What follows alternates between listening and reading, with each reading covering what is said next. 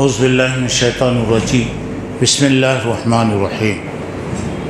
کلمہ طیبہ کی فضیلت حضرت ابن عباس رضی اللہ عنہ فرماتے ہیں آپ نے اپنے چچا سے کہا، میں ایک ایسا کلمہ پیش کر رہا ہوں، اگر اسے آپ قبول کر لیں تو سارے عربوں پر حکومت ہوگی، ساری دنیا پر تمہاری حکم ہو اور لوگ تمہاری باتوں کو مانیں گے۔ بتایا کہ بھائی وہ کلمہ کون سا ہے؟ آپ نے فرمایا لا الہ الا اللہ، لا الہ الا اللہ۔ اگر تم سچے دل کے ساتھ اس کلمے کا اختیار کرو تو اللہ تعالیٰ پوری دنیا میں تم کو عزت دے گا، مرتبہ دے گا اور تمہیں حکومت عطا کرے گا۔ اور یہ ایسے لوگوں کے سامنے اللہ کے رسول صلی اللہ علیہ وسلم نے فرمایا جو سب سے کمزور تھے، عرب کے لوگ جو سب سے کمزور لوگ تھے، اور ان کے سامنے آپ نے فرمایا کہ دیکھو، یعنی اگر تم اللہ کے ایک ہونے کا اعلان کرو گے، اقرار کرو گے تو اللہ تبارک و تعالیٰ تمہیں پوری دنیا کی حکومت دے گا، سارے لوگوں کو تمہارے قدموں کے نیچے جھکائے گا۔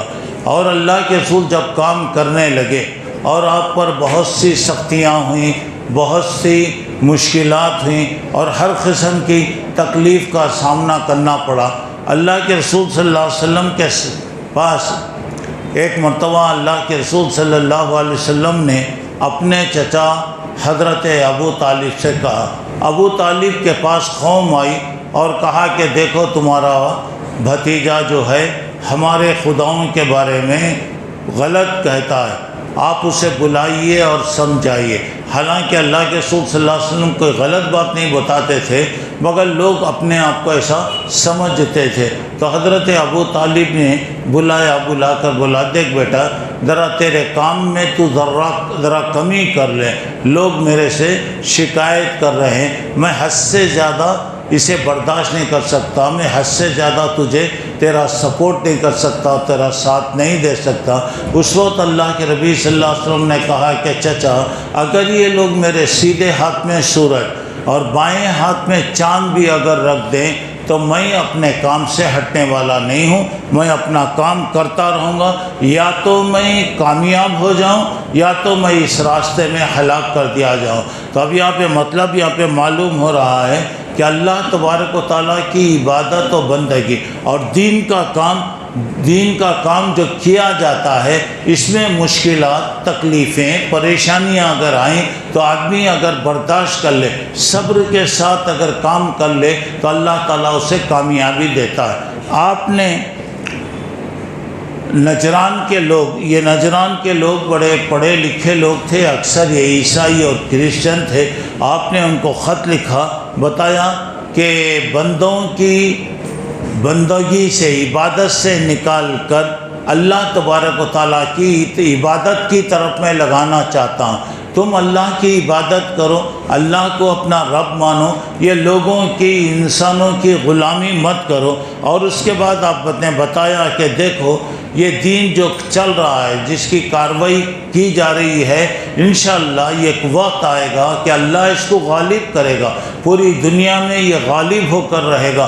اور آپ صلی اللہ علیہ وسلم نے فرمایا، ایک عورت ملک شام سے لے کر مکہ مکرمہ تک اکیلی آئے گی، اسے کوئی ڈر نہیں ہوگا، کوئی خوف نہیں ہوگا، کوئی راستے میں لوٹنے والا نہیں رہے گا، آئے گی خانہ کعبہ کا طواف کر کر وہ واپس جائے گی اور کوئی اسے روکنے والا نہیں ہوگا۔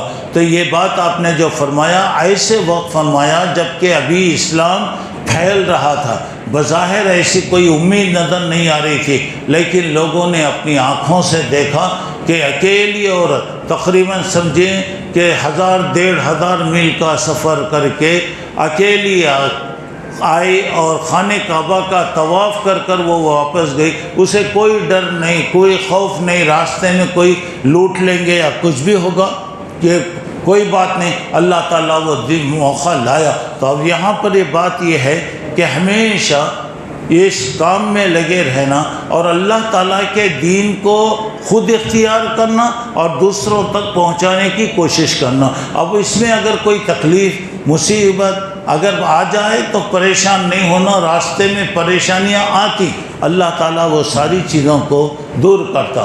پھر آپ نے فرمایا کہ حضرت ابن عباس سے فرمایا ادفع باللتی ہی احسن، آپ نے فرمایا کوئی بھی بات آ رہی تو اچھے طریقے سے اس کو روکنے کی کوشش کرو۔ لوگوں کے ساتھ سختی کرنا، غصے میں آ جانا، یہ غلط بات ہے۔ تو آپ نے فرمایا کہ الصبر عند الغضب، غصہ اگر آپ کو آ گیا تو برداشت کر لینا۔ غصے میں آدمی بے قابو ہو جاتا، آؤٹ آف کنٹرول ہو جاتا، اور زبان سے جو بھی بات آئی آدمی کہنے لگتا۔ تو یہاں پہ بتایا جا رہا کہ جب غصہ آ گیا صبر کرنا۔ والعفو عند الاساءة، اگر کوئی آدمی ہمارے ساتھ اگر کوئی غلط سلوک کیا تو ایسے وقت میں اسے معاف کر دینا۔ ہم چاہے تو اسے سزا دے سکتے، چاہے تو اسے کچھ بھی کر سکتے، لیکن ایسے وقت میں اگر وہ غلطی کرا ہے تو اس کی غلطی کو ختم کر دینا اور معاف کر دینا۔ فَإِذَا فَعَلُوا عَصَمَهُ اللَّهُ وَخَضَعَ لَهُمْ عَدُوَّهُمْ، اگر آپ یہ کریں گے یعنی کسی پر قابو پانے کے بعد آپ اس کو معاف کر دیں، پھر اس کے بعد اچھے طریقے سے روکیں۔ غصے پر اگر آپ کنٹرول اگر کریں گے تو اللہ تبارک و تعالیٰ آپ کے سخت سے سخت مخالف بھی اگر کوئی ہوگا تو آپ کا اللہ تعالیٰ اس کو دوست بنا دے گا۔ پھر یہ بتایا گیا تو اگر برائیاں زیادہ ہو جائیں، برائیاں پھیل جائیں تو لوگوں نے کہا کہ اللہ کے رسول کیا کرنا، کس طریقے سے اسے روکے؟ آپ نے فرمایا من رأى منکم منکرا فلیغیرہ بیدہ فقد بری وإن لم یستطع ان یغیرہ بیدہ فیغیرہ بلسانہ فقد بری۔ اب یہاں پہ بتایا ایک آدمی اب اگر دیکھ رہے ہیں برائیاں زیادہ ہو رہی ہیں، اگر اللہ تعالیٰ آپ کے ہاتھ میں طاقت دیا ہے تو ہاتھ سے روکیے، ہاتھ سے روکیے۔ اگر آپ کے ہاتھ میں اتنی طاقت نہیں، آپ ہاتھ نہیں پکڑ سکتے، برائی کرنے والے کو روک نہیں سکتے، تو بتایا گیا کہ کم از کم اپنی زبان سے روکیے۔ بھائی یہ کام جو کر رہے ہیں یہ غلط کام ہے، آپ یہ کام مت کیجیے۔ اگر آپ کے زبان میں بھی اتنی طاقت نہیں ہے کہ روک نہیں سکتے تو کم از کم اپنے دل میں برا سمجھیے کہ یہ جو کام ہو رہا غلط ہے۔ اگر اللہ آپ کو طاقت دیا ہے تو برائی کو ہاتھ سے روکنا، زبر کوئی کر رہا ہے تو اسے آپ روک دیجئے، اور اگر نہیں تو کم سے کم زبان سے بولیے کہ بھائی یہ کام کر رہے ہیں آپ اچھا نہیں ہے، اللہ کو پسند نہیں، یہ کام مت کیجئے۔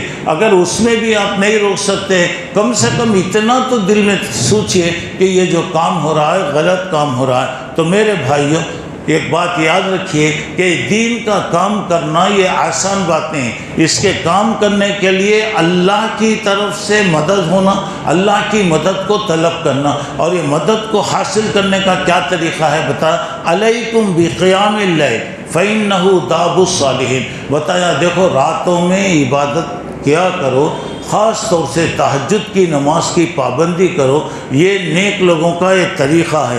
پھر اس کے بعد وہ قربۃ الی ربکم، یہ تہجد سے یہ کیا ہوتا ہے اللہ سے آدمی نزدیک ہوتا۔